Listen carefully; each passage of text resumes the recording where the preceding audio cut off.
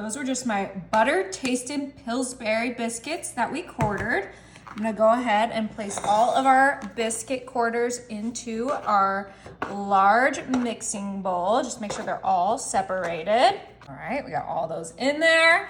Now I'm next gonna come in with my cream of chicken with the herbs. I love this one because the herbs are so delicious, and we're gonna go ahead and put that whole entire can right in there with our biscuits. This is a take on a classic. I love these flavors, so I love to just mix them up with different kinds of things. This is so great for an easy dinner or lunch, whatever you want to make it for. Just make sure you get all of that cream of chicken out. Perfect. Now I have here my frozen mixed vegetables. You can use fresh if you want, and we're gonna use half of this bag. We don't want it to be too overflowing. And I'm also gonna add some fresh diced onion. I like using the store-bought onions because then I don't have to cut them and cry.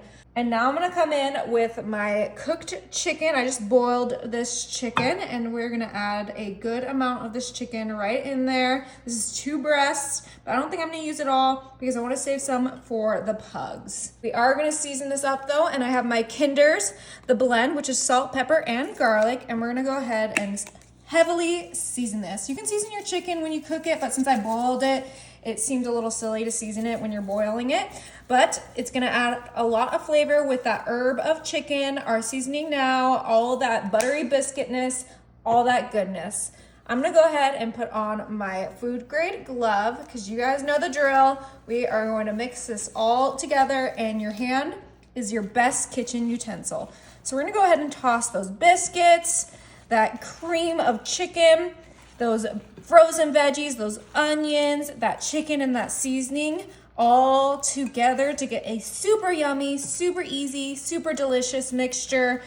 As you could probably notice, this is gonna be a chicken pot pie that is like no other. So let's go ahead and make sure this gets fully mixed.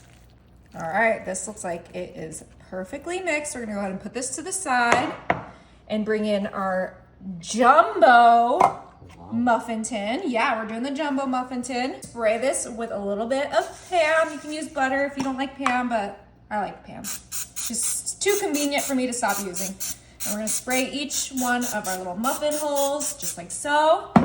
Beautiful. And now we're going to put our mixture right into our muffin tin. Oh my goodness, it's gonna be so good. I'm gonna start off with just a little, and then we'll even out our mixture into each of the muffin tins. Obviously you can do this in a regular size muffin tin, but I just love making these jumbo ones so that it's more of a complete meal. You can just take one, get it all in one sitting, and it will fill you up. You can also save these by putting them in the fridge and then pop them in the microwave when you're ready to eat them. Oh my goodness. This is ready. My oven is set to 350, and this is gonna bake in there for about 35 minutes. Yum. Oh my, these not only look incredible, they smell incredible. Ugh. A little chicken pot pie, biscuit, pull apart muffins. And we're just gonna go ahead and loosen it up.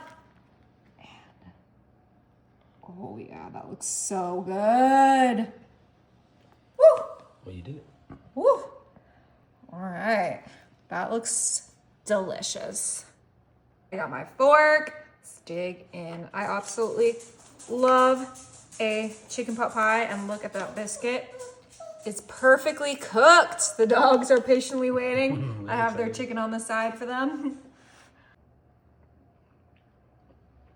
Is it good?